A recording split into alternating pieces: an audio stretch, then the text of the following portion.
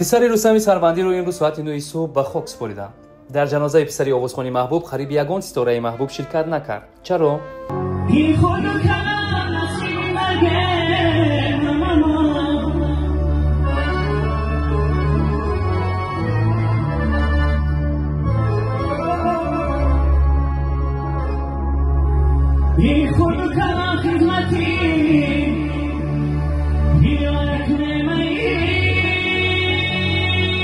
زمانی که رستم سربندی محبوبیت داشت و تاجیکستان سرودهای رو میشنید، اون زمان آوازخوان‌ها در روی صحنه این باقی دیلم به روی تو گشت خزانه پیشم تو بیار که عشقی تو باری گرانه به تو نفسم آرامی از یاد برآور باشی. احیان بودند. همدردی سرآینده‌های کشور نسبتی درگذشت پسر رستم سربندی را اینجا مطالعه می‌کنیم. عزت شریفی طور نوشته است: الله مهربان به برادر عزیزمون رستم سربندی و اهل عائله‌شان، خویش و اقربایشان صبر جمیل عطا نماید.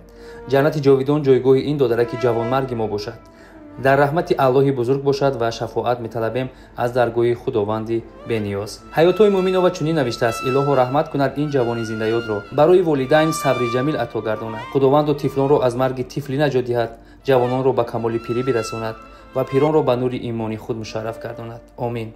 نگینه اماخلا و همدردی خود را بیان نموده چنین نوشته است: خداوند رحمت و مغفرت نماید و برادر عزیز و پیوندانش صبر جمیل عطا کند.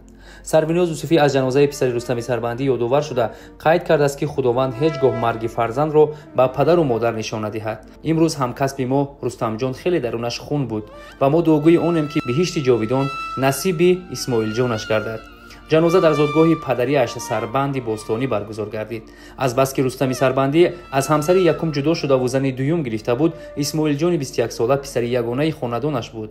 زیرا از عائله دومش صاحب 2 دختر و 1 پسر بود که یکی از آنها اسماعیل بود. تقدیر تیری بی‌رحم اجل را سوی اسماعیل جان بیمار روان کرد و او را در ایام جوانی که حالا بسیاری از این دوران شهد نچشیده بود، از بیماری سرطان او را از میان ما بود. جایت بهشت و مکان آخرتت آباد باشد دادر عزیز.